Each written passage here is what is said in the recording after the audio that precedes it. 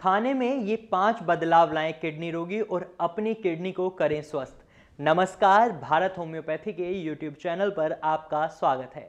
आज की वीडियो में हम बात करेंगे किडनी रोगियों को अपने खाने में क्या बदलाव करने चाहिए जो उनकी किडनी को हेल्दी रखने में मदद करेंगे और उन्हें ये बदलाव क्यों करने चाहिए। ये सभी जानकारी आज की इस वीडियो में मैं आपको देने वाला हूं, तो इस वीडियो को एंड तक जरूर देखें। खाने में जो 5 बदलाव किडनी रोगियों को लाने हैं ये तो जानेंगे ही हम, लेकिन इससे पहले थोड़ा सा किडनी के बारे में जान लेते हैं कि हमारी किडनी हमारी बॉडी में क्या काम करती है।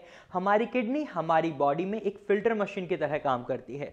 हमारी किडनी हमारी बॉडी से सभी वेस्ट मटेरियल्स को यूरिन के थ्रू बाहर निकाल देती है। अब ये वेस्ट मटेरियल्स आते कहाँ से हैं? ऐसा तो है नहीं कि ये हमारी बॉडी में खुद ही बन जाते हैं, ये कहीं ना कहीं से तो आते हैं। जी हाँ, जो भी हम खाते हैं उसमें से जो जरूरी न्यूट्रिएंट्स होते हैं वो हमारी बॉडी एब्जॉर्ब कर लेती है और जो वेस्ट मटेरियल होते हैं वो हमारी किडनी यूरिन के थ्रू बॉडी से बाहर कर देती है, चाहे वो क्रिएटिनिन हो या फिर वो यूरिया ही क्यों ना हो। मतलब जो भी वेस्ट मटेरियल्स होते हैं उसे हमारी किडनी यूरिन के थ्रू बॉडी से बाहर कर देती है। वहीं किडनी हमारी बॉडी में मिनरल्स और फ्लूइड का भी बैलेंस मेंटेन करती है, चाहे वो पोटेशियम हो या फिर सोडियम ही क्यों ना हो। लेकिन जब किडनी में खराबी आ जाती है तो किडनी अपना ये काम सही से नहीं कर पाती और इस वजह से आपकी बॉडी में मिनरल्स के लेवल भी मेंटेन नहीं हो पाते। तो जब आपकी किडनी में प्रॉब्लम आ चुकी है तो उसके रूट कॉज पर हमें काम करना है कि ये प्रॉब्लम क्यों आई है। इसके लिए हमें क्या करना है? इसके लिए हमें हमारी बॉडी को मौका ही नहीं देना कि वो ज्यादा वेस्ट मटेरियल्स बनाए। इसके लिए हमें अपने खाने में कुछ बदलाव करने होंगे। तो बदलावों की शुरुआत हम पोटेशियम से ही करते हैं। तो सबसे पहला मेरा जो पॉइंट है, आपको अपनी डाइट में जो बदलाव करना है, आपको पोटेशियम के लेवल्स को मेंटेन करने के लिए अपनी डाइट में लो पोटेशियम वेजिटेबल और फ्रूट्स को ऐड करना होगा। ऐसा नहीं है कि पोटेशियम आपकी बॉडी के लिए खराब है। जब आप हाई अमाउंट में पोटेशियम खाते हैं तो आपकी बॉडी में पोटेशियम का लेवल बिगड़ जाएगा जो आपकी किडनी मेंटेन नहीं कर पा रही इस वजह से। क्योंकि जब आपकी बॉडी में पोटेशियम का लेवल नॉर्मल रहता है, एक नॉर्मल रेंज में रहता है, तो ये आपकी मसल्स को स्ट्रेंथ प्रोवाइड करता है, ये आपको एनर्जी प्रोवाइड करता है, आप फिट एंड फाइन महसूस करते हैं। लेकिन जब पोटेशियम का लेवल आपकी बॉडी में बढ़ जाता है तो यही पोटेशियम आपको थकान महसूस करवा देता है। आप बहुत जल्दी थकान महसूस करने लगते हैं, आपका शरीर टूटा टूटा रहने लगता है और आपको बहुत ज़्यादा कमजोरी महसूस होने लगती है क्योंकि पोटेशियम का लेवल आपकी बॉडी में बढ़ गया है। और वहीं जब आपकी किडनी में खराबी है तो ये पोटेशियम का लेवल बढ़ना आपकी किडनी के वर्कलोड को बढ़ा देता है। तो इसलिए आपको अपनी डाइट में से पोटेशियम को बहुत कम करना होगा। इसके लिए आपको क्या करना है ये भी मैं ही बताऊंगा आपको। पत्तेदार सब्जी आपको कोई भी नहीं खानी अगर आपको अपनी बॉडी में पोटेशियम लेवल को मेंटेन करना है।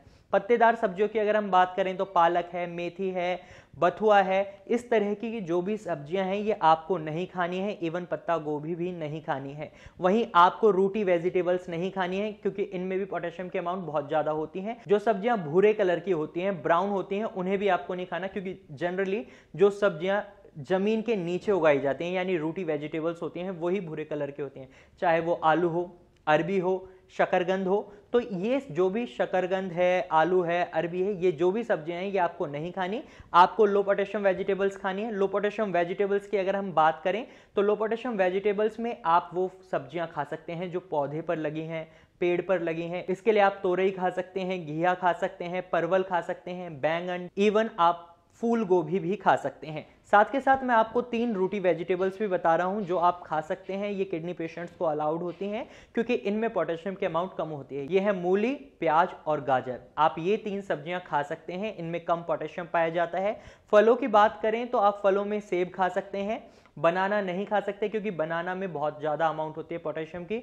वहीं आप अमरूद खा सकते हैं, नाशपाती खा सकते हैं, साथ ही आप कुछ सिट्रिक फ्रूट्स भी खा सकते हैं। लेकिन अगर आपकी किडनी में स्टोन है तो आप ये खा सकते हैं। जो वीडियो मैंने आपके लिए बनाई है फ्रूट्स से रिलेटेड, आप उस वीडियो को इजीली देख सकते हैं। उसका लिंक डिस्क्रिप्शन एरिया में मौजूद है, आप वहां जाकर उस वीडियो को इजीली देख सकते हैं।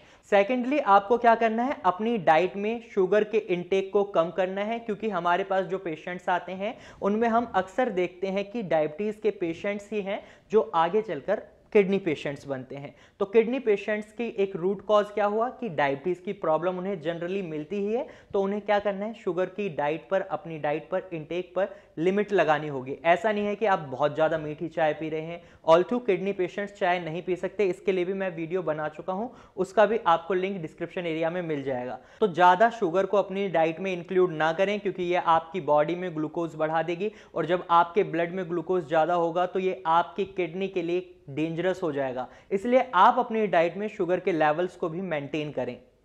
और वहीं तीसरा है, आप लो सोडियम डाइट खाएं। अपनी डाइट में जो चेंज करना है आपको, लो सोडियम डाइट इसलिए करनी है क्योंकि सोडियम क्या होता है, ये आपके ब्लड प्रेशर को बढ़ा देता है, और जब आपका ब्लड प्रेशर हाई रहेगा तो आपकी किडनी पर इफेक्ट होगा ही होगा। जो किडनी की खराबी है उसे ठीक करने के लिए उसे टाइम ही नहीं मिलेगा, क्योंकि आपके ब्लड का फ्लो इतना तेज होगा कि वो आपकी किडनी के नेफ्रॉन्स को, कैपिलरीज को, सभी को डैमेज करेगा। और जब आपकी किडनी और ज्यादा डैमेज होगी तो नुकसान किसका होगा, आपका ही होगा। इसलिए आपको सोडियम के इंटेक को कम करना है। आप कभी भी खाना खाते हैं तो उसमें नमक का इंटेक कम से कम करें, क्योंकि नमक बहुत ज्यादा अमाउंट में सोडियम आपकी बॉडी में बढ़ा सकता है। इसलिए आपको नमक को अपनी डाइट से अवॉइड करना है। चौथा चेंज आप अपनी डाइट में ला सकते हैं, आप ऑयल को अवॉइड करें, क्योंकि ऑयल आपकी बॉडी में फैट बढ़ा देगा, कोलेस्ट्रॉल बढ़ा देगा, और जब आपकी बॉडी में फैट बढ़ जाएगा और जब आप मोटे होते हैं तो एक मोटे व्यक्ति को ठीक कर पाना एज कंपैरिजन एक हेल्दी और फिट एंड फाइन बंदा है उसको ठीक कर पाना आसान होता है। इसलिए हमारी कोशिश यही रहती है कि पेशेंट्स ऑयल ना खाएं, ये उनकी किडनी पर इफेक्ट डालता है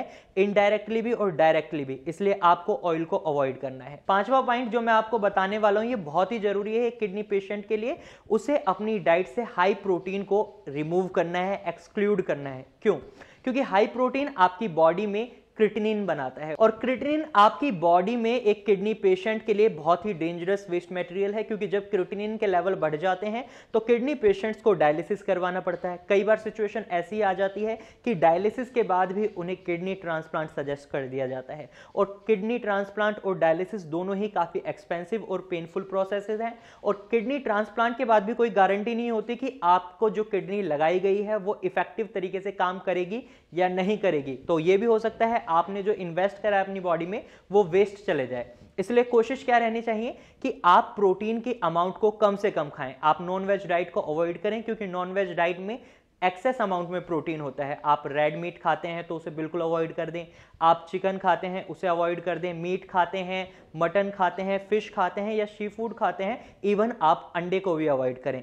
साथ के साथ आप प्रोटीन को बिल्कुल अवॉइड ना करें। ऐसा नहीं है कि आप अगर प्रोटीन को अवॉइड कर देंगे तो फिर आपकी बॉडी जो प्रोटीन से बनी है उसका क्या होगा। तो आप प्रोटीन खाएं, आप कार्बोहाइड्रेट्स खा सकते हैं। कार्बोहाइड्रेट्स में आप व्हीट से बनी हुई कुछ भी चीजें खा सकते हैं। हमारी बॉडी के पास एक स्पेशलाइजेशन होती है कि ये कार्बोहाइड्रेट को भी रिक्वायरमेंट पड़ने पर प्रोटीन में कन्वर्ट कर लेती है। तो इसलिए कोशिश करें आप प्रोटीन को अवॉइड करें। इवन डेयरी प्रोडक्ट्स को भी आपको अवॉइड करना है अगर आप एक किडनी पेशेंट हैं, क्योंकि किडनी पेशेंट अगर डेयरी प्रोडक्ट्स का भी एक्सेस अमाउंट में इंटेक करता है तो ये उनकी बॉडी में प्रोटीन के अमाउंट को बहुत ज्यादा बढ़ा देता है। तो आपको अपनी डाइट में ये 5 बदलाव लाने हैं जिससे आपकी किडनी जल्दी स्वस्थ होगी एज कंपैरिजन अगर आप ये बदलाव नहीं लाते। तो मैं उम्मीद करता हूं आपको आज की वीडियो समझ आई होगी। अगर आपके मन में अब भी कोई सवाल है तो आप कमेंट सेक्शन में जाकर कमेंट कर सकते हैं, या फिर आप सीधा नीचे दिए गए नंबर पर कॉल कर सकते हैं और हमारे डॉक्टर से सजेशन ले सकते हैं, सलाह ले सकते हैं जो भी आपको प्रॉब्लम है उसके रिगार्डिंग। अगर आपको हमारी आज की वीडियो अच्छी लगी है तो आप इसे लाइक करें। साथ ही ये जानकारी अगर आपको यूजफुल लगी है तो आप इसे अपने दोस्तों और रिश्तेदारों के साथ शेयर करना ना भूलें, और हमारे चैनल को अभी सब्सक्राइब करें। Thank you for watching.